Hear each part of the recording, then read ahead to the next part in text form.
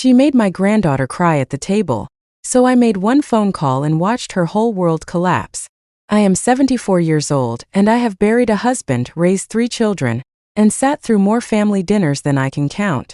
But nothing prepared me for the sight of my granddaughter's face when that woman humiliated her in front of 12 people at my own son's table. I watched a 7-year-old shrink into herself like a flower closing before a storm. And I made a promise right then, quiet as a held breath, that by the time I was done, that woman would understand exactly what it feels like to be small. Before I go any further, if you enjoy stories about grandmothers who don't back down, hit that like button, subscribe if you're new here, and tell me in the comments where you're watching from tonight. I read every single one, and I love knowing how far these stories travel. Now let me tell you what happened. My name is Pamela. I live in a modest house at the end of a cul-de-sac, the same house I raised my children in, the same house my husband Robert and I filled with noise and laughter for 38 years before cancer took him 5 years ago. Since then, my family has been my whole heart. My son, my daughter-in-law, and their little girl, my granddaughter, my sunshine, my reason for getting up some mornings when the house feels too quiet. My granddaughter is 7. She has a gap-toothed smile, a laugh that sounds like wind chimes, and a habit of drawing pictures of our family and taping them to my refrigerator. She calls me Gigi. When she was born, I cried for an hour straight, holding her in the hospital, thinking my heart might actually burst from how full it was. My son married a wonderful woman. I want to be clear about that from the start because this story is not about her. She has been a good wife to my son and a devoted mother to my granddaughter. The problem was never her. The problem was her mother. I will call this woman by what she was to our family, the other grandmother. From the very first time I met her, at my son's engagement dinner, something felt off. She had a way of speaking that sounded polite on the surface but cut like a blade underneath. She'd compliment my dress and then mention, almost as an afterthought, that it looked like something from a clearance rack. She'd praise a dish I brought to a gathering and then ask if I'd used a recipe or just guessed. Small things. Death by 1,000 paper cuts. I told myself to let it go. For the sake of my son's marriage, for the sake of peace. For years I swallowed my pride. I smiled through Thanksgivings where she'd correct my granddaughter's table manners louder than necessary, as if performing for an audience. I nodded through Christmases where she'd give my granddaughter clothes 2 sizes too small to motivate her to slim down, as if a 7-year-old needed motivating to do anything but be a child. I told myself that love meant tolerance, that family meant biting my tongue. But there is a difference between tolerating unkindness toward myself and tolerating cruelty toward a child I love more than my own life. It happened 3 weeks ago at a family dinner celebrating my granddaughter's school achievement. She'd won a small art contest, her drawing of our backyard garden displayed in the school hallway, and she was so proud of it she'd been talking about it for a week. My son and daughter-in-law hosted the dinner. I brought a cake. The other grandmother brought herself and, apparently, an agenda. Dinner was going fine until my granddaughter, glowing with pride, asked if she could show everyone a photo of her winning drawing on her mother's phone. She held the phone up, beaming, waiting for praise the way children do. Open-faced, trusting, certain the world will be kind to them because it always has been. The other grandmother looked at the photo, looked at my granddaughter and said in front of everyone, "Well, it's a nice try, sweetheart, but you know your cousin Emily draws circles around you. Maybe stick to something you're actually good at." The table went silent. I watched my granddaughter's face crumple in real time. Her lip trembled. Her eyes filled. She set the phone down without a word and stared at her plate, and I swear I could feel her small heart cracking from across the table. My son opened his mouth to say something, but the other grandmother steamrolled right past him, laughing it off as just being honest and not everyone can be an artist. Better she learns that now than later. My daughter-in-law looked mortified, torn between her mother and her daughter, frozen the way people freeze when the person hurting them is someone they still love. I did not freeze. I stood up from my chair, walked around the table, and knelt beside my granddaughter. I told her quietly that her drawing was beautiful, that art isn't a contest between people, it's a gift you give the world, and that anyone who tells a child their gift doesn't matter has something broken in themselves, not in her. She buried her face in my shoulder and cried, and I held her and stared at that woman over my granddaughter's head with a look that I hope conveyed exactly what I was feeling, because words would have failed me in that moment.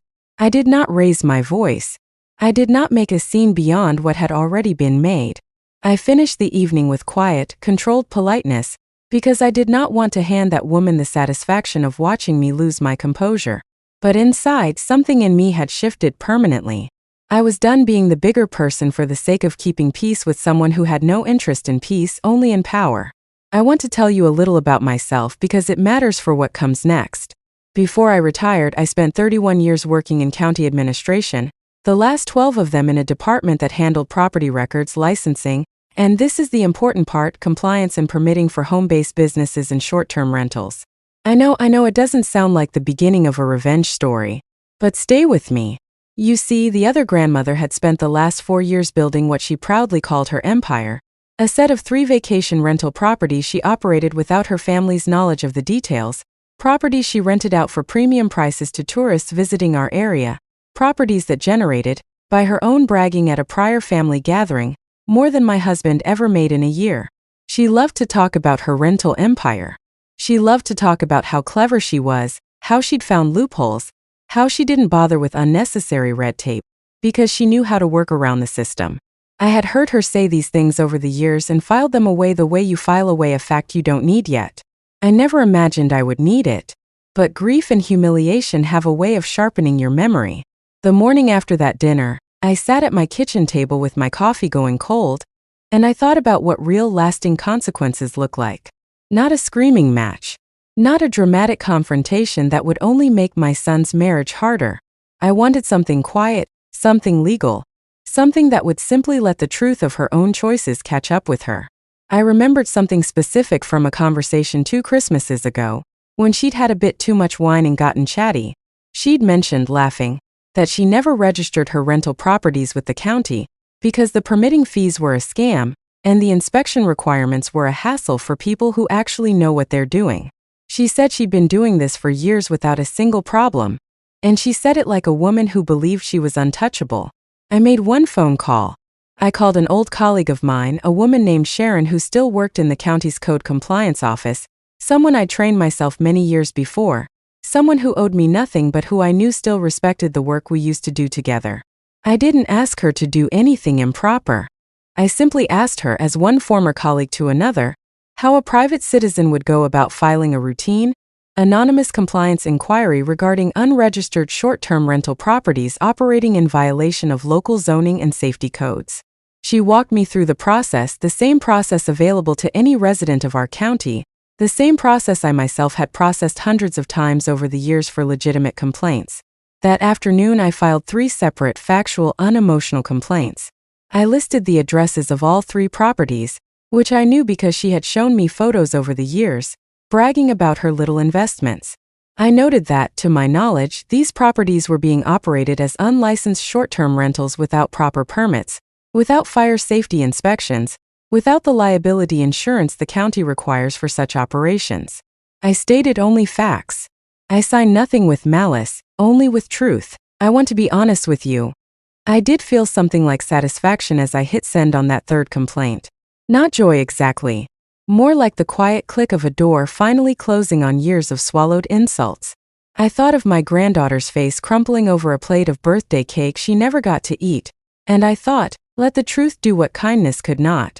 I did not tell my son. I did not tell my daughter-in-law. I certainly did not tell the other grandmother. I simply went about my life, tended my garden, called my granddaughter to tell her, truthfully, that her drawing reminded me of the garden outside my own kitchen window, and waited. It took about 5 weeks for the county to act. I know this because Sharon, bless her, kept me loosely informed of the general timeline without ever breaching confidentiality, simply because she knew how these things typically moved. Code compliance inspectors visited all 3 properties. What they found, I later learned through family gossip rather than official channels, was worse than even I had anticipated. Faulty wiring in one unit. A blocked fire exit in another. No smoke detectors installed correctly in any of the 3. Guests had been staying in properties that were, quite literally, unsafe. The county didn't just issue warnings. Given the scale of the violations and the fact that these properties had apparently been operating illegally for years without ever being brought into compliance, she was hit with significant fines that, according to what my son later told me, numbered in the tens of thousands of dollars once penalties for each year of unpermitted operation were calculated. All 3 properties were red tagged, meaning she could not legally rent them out again until every violation was remedied and the properties were brought up to code, inspected, and properly licensed. A process that would cost her nearly as much as the fines themselves. Her little empire, the one she loved to brag about, the one she used to make herself feel superior to the rest of us, collapsed in the span of about 6 weeks. But here is the part one did not fully anticipate, the part that made this whole ordeal feel less like petty revenge and more like justice finding its own way home. It turned out that one of her rental properties had, just 2 months earlier, hosted a family with young children. A neighbor of that family later mentioned to my daughter-in-law, in the small world way these things happen, that their child had gotten a fairly serious burn from faulty wiring near an outlet in the rental unit, an incident the other grandmother had apparently smoothed over privately with a partial refund and a request that the family not make a big deal of it. When the inspection findings became public knowledge in our small community, that family came forward. There was talk of a lawsuit. I don't know how that ultimately resolved, and it wasn't my business to ask, but I know it added another very serious problem to a pile that was already quite tall. When the news reached our family, the other grandmother tried to spin it as an act of jealousy, of persecution, of someone out to get her. She apparently told my daughter-in-law that she suspected a jealous business rival or a disgruntled former guest had reported her. Nobody, as far as I know, ever suspected a 74-year-old grandmother with cold coffee and a long memory. I never confirmed anything to anyone. I simply listened when the story was relayed to me at a family dinner, nodded with appropriate sympathy, and said something like, "Well, rules exist for a reason, don't they? Especially when children are involved." I may have looked directly at her when I said it. I cannot say for certain. My eyesight isn't what it used to be. The most important change, though, wasn't financial. It was behavioral. Whether it was the stress of the fines, the humiliation of the community gossip, or simply the universe recalibrating itself, the other grandmother has been noticeably, dramatically softer around my granddaughter ever since.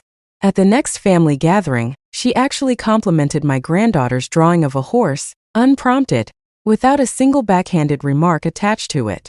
It was such a small thing. It should not have felt like a victory.